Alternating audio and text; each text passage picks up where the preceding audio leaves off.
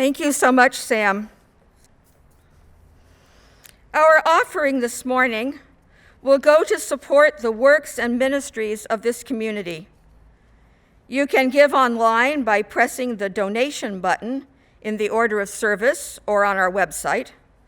A link is also in the video description and in the chat. In the payment portal, please indicate if your gift is part of a pledge or a general donation. Thank you in advance for your generosity.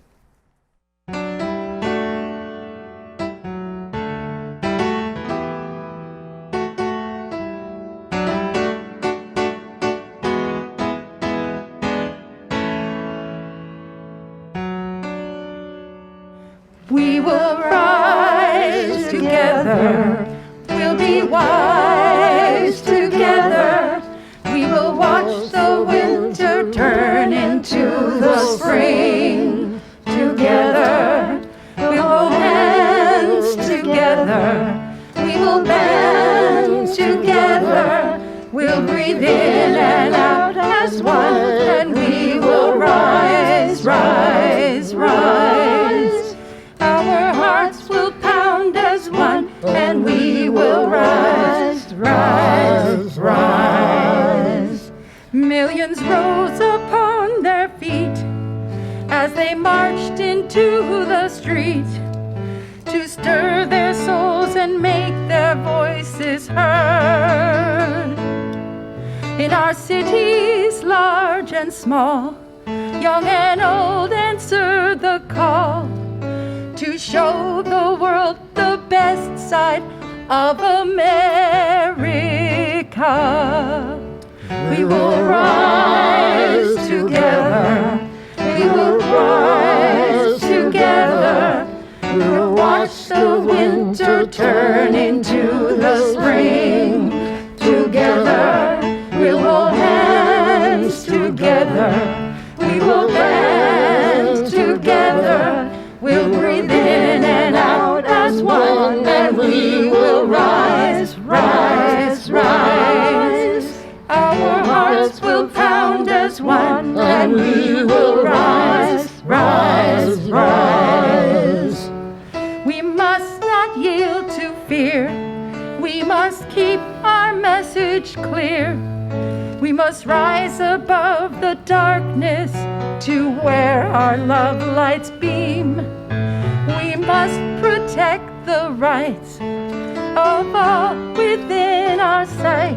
Remember, most of us are here because an immigrant had a dream.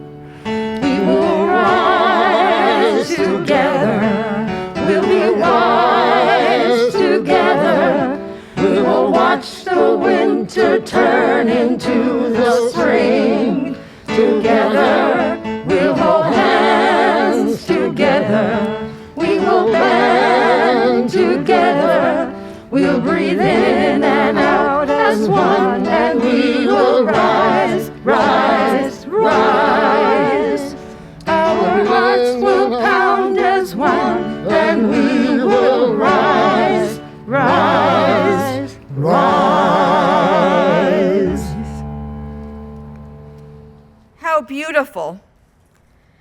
Before our sermon, Sam will share a reading, A House Called Tomorrow, by Alberto Ríos.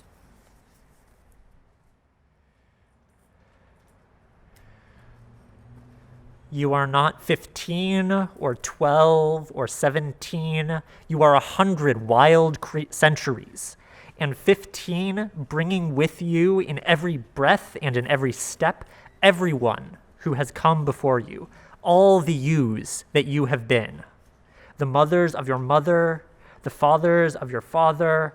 If someone in your family tree was trouble, 100 were not. The bad do not win, not finally, no matter how loud they are. We simply would not be here if that were so. You are made fundamentally from the good. With this knowledge, you never march alone.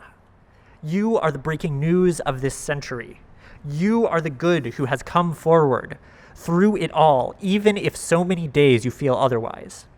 But think, when you as a child learned to speak, it's not that you didn't know words, it's that from the centuries you knew so many, and it's hard to choose the words that will be your own. From those centuries, we human beings bring with us the simple solutions and songs, the river bridges and star charts and song harmonies, all in service to a simple idea that we can make a house called tomorrow. What we bring finally into the new day every day is ourselves, and that is all we need to start. That's everything we require to keep going. Look back only for as long as you must, then go forward into the history that you will make. Be good, then better. Write books, cure disease, make us proud, make yourself proud. And those who came before you, when you hear thunder, that is their applause.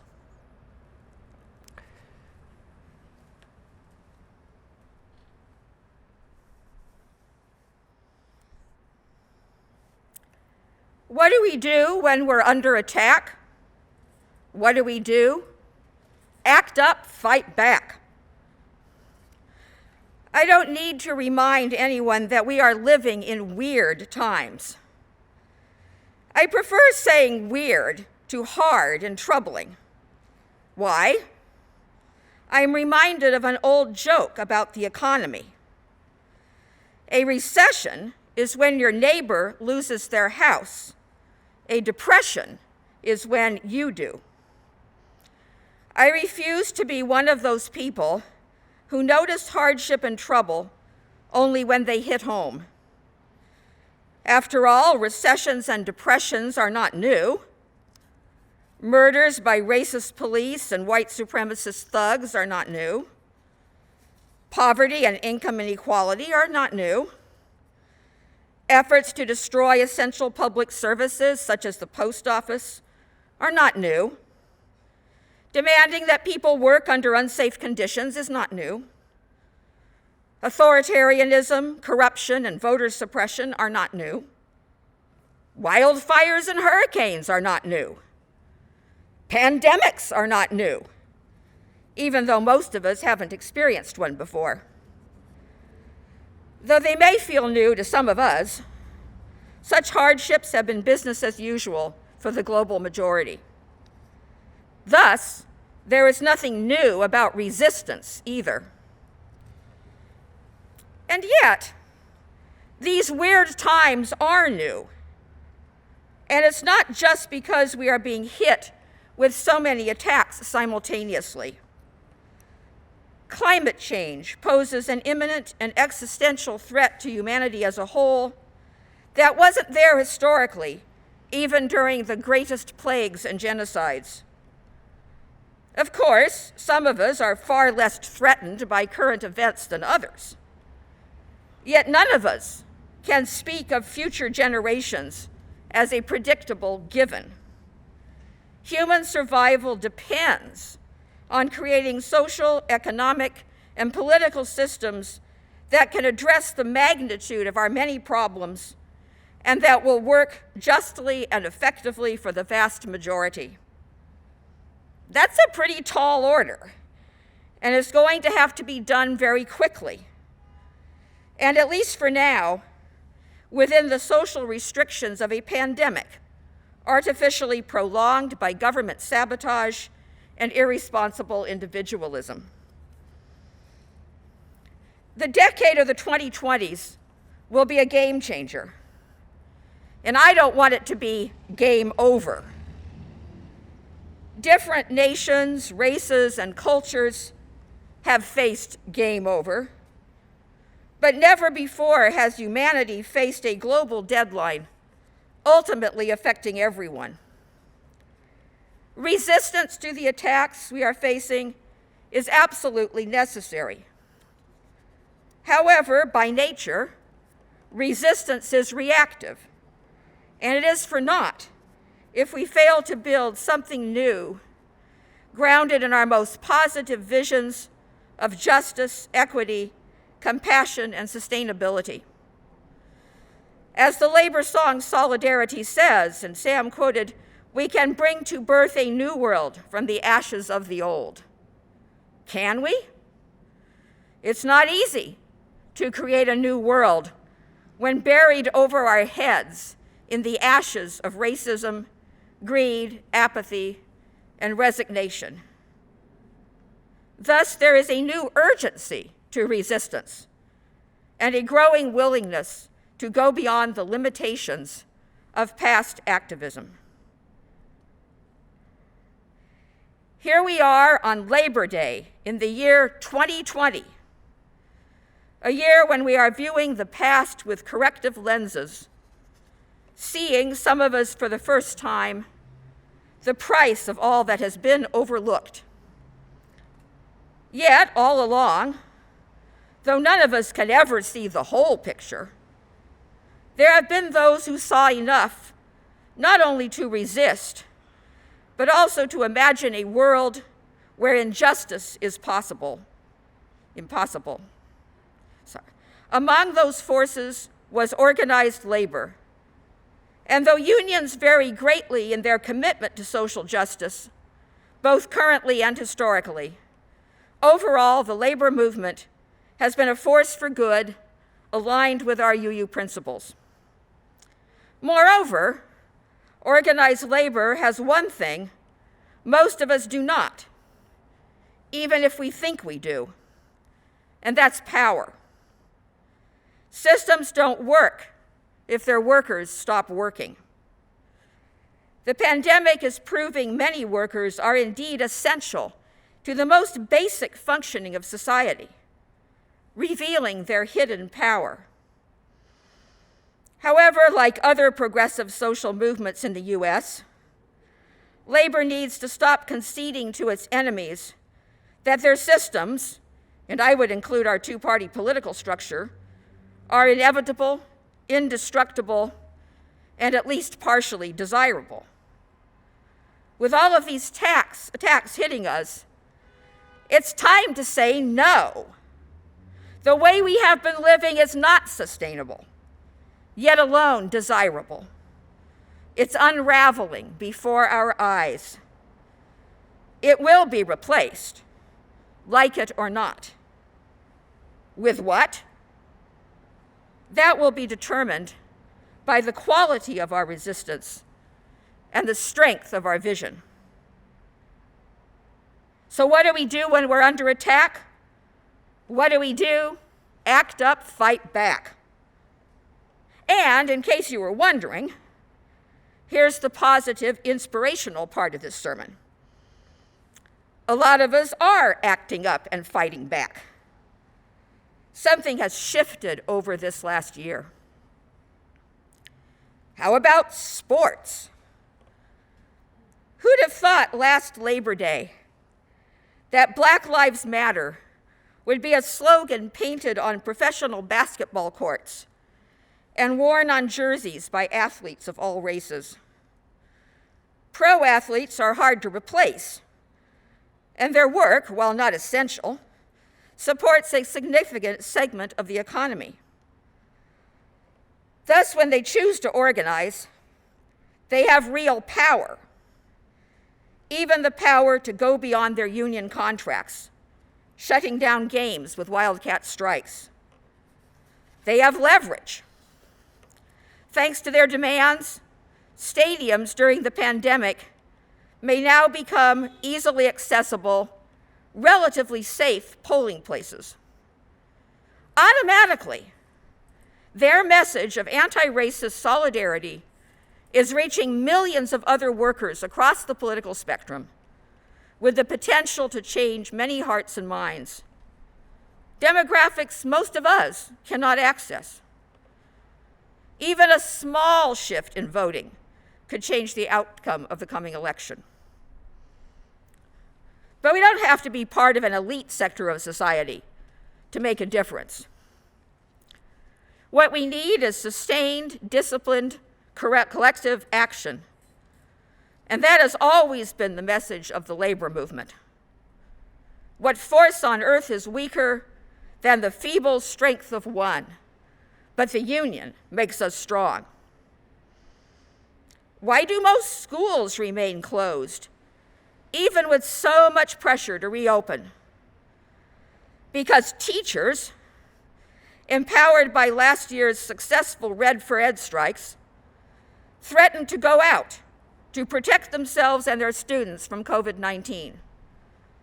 Imagine how many lives will be saved. The pandemic is fueling a new class consciousness. And whether unionized or not, workers are resisting, organizing, and even winning. Who'd have thought last Labor Day that there would be a strike wave among non-union workers at places like Amazon, Whole Foods, and Instacart, resulting for many in paid leave, health benefits, and improved safety? Labor academic David Unger wonders if the pandemic may do for us what the Triangle Shirtwaist Fire did over 100 years ago: create a new wave of union organizing by workers willing to do whatever it takes. Maybe.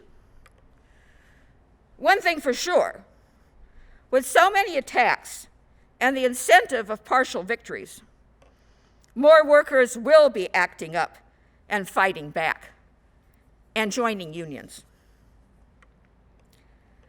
Yes, organized labor is still weak, cramped by its obedience to unjust laws and its codependent, abusive relationship with politicians who consistently betray it. Now, isn't that what keeps most of us weak? However, labor, like most of us as well, is not immune to the rising movements against racism and capitalism. When the Longshore Union, ILWU, heard about the murder of George Floyd, it called a work stoppage of 8 minutes and 42 seconds, the time it took for police to kill Mr. Floyd. And then a Juneteenth shutdown of West Coast ports and a massive car caravan protest.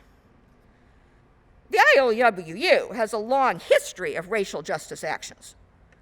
What was different this year is that the ILWU was able to enroll the less militant East Coast Longshore Union and nationally the Teamsters in the work stoppage.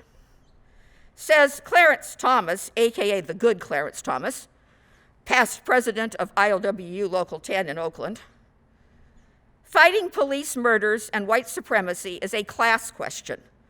Let's not forget that the vast majority of Black people and the vast majority of victims of police repression are working class, unquote. Police unions have long been a thorn in the side of other unions, yet labor has taken almost no action against them. Who'd have thought this last Labor Day that the King County Labor Council, representing more than 100,000 workers in the Seattle area, would vote to expel the Seattle Police Officers Guild?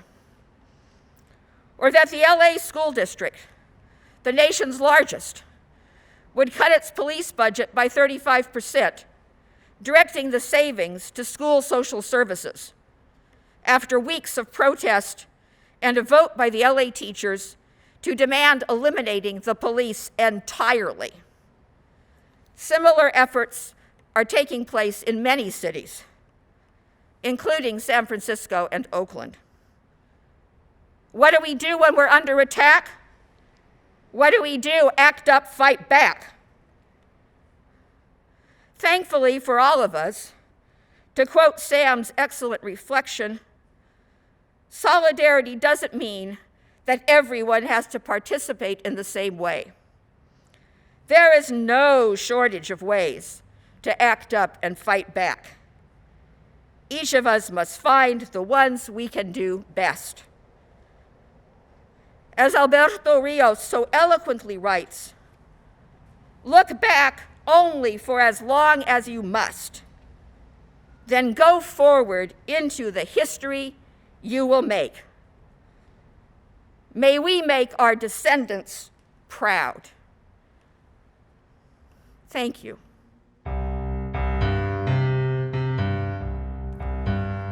We are going, heaven knows where we are going, but we know within, and we will get there. Heaven knows how we will get there, but we know we will.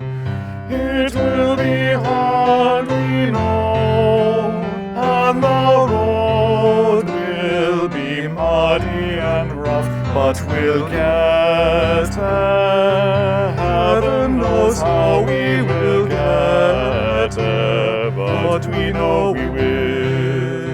Woyaya, woyaya, woyaya, woyaya. We are going, heaven knows where we are going, but we know within, and we will get there. Heaven knows how we will get there, but we know we will.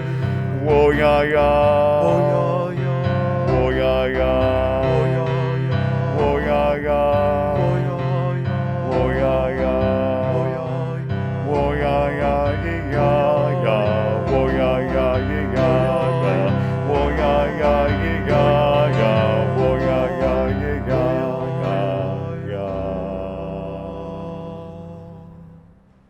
Before we end today, I want to invite all our viewers to our virtual coffee hour, which will start immediately following the postlude. A link is available in the video description, order of service, and is posted in the chat. Now for our closing benediction. Look at your hands. If you are with another person you can safely touch, maybe you could hold hands. These are the hands that do the work of the world, the hands of those who tend to us in the hospital, who deliver our mail, who grow our food, who ring up our groceries, who struggle with Zoom to teach our children. These are the hands that play music and the hands that applaud them, the hands that garden, make bread, and sew masks. These are the hands that carry protest signs and write letters to voters they will never meet. May all our hands be blessed in their work. Amen.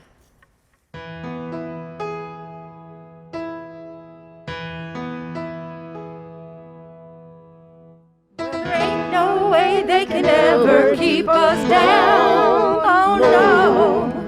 Ain't no way they can ever keep us down. We won't be bought, we won't be sold, to be treated right, well that's our goal. And there ain't no way they can ever keep us down. No, no, no, no. One. If you're looking for freedom, you won't find it alone. If we walk that road together, freedom's gonna light our way home. Peace. If you're looking for peace, you won't find it alone. If we walk that road together, peace is gonna light our way home. If you're looking for justice,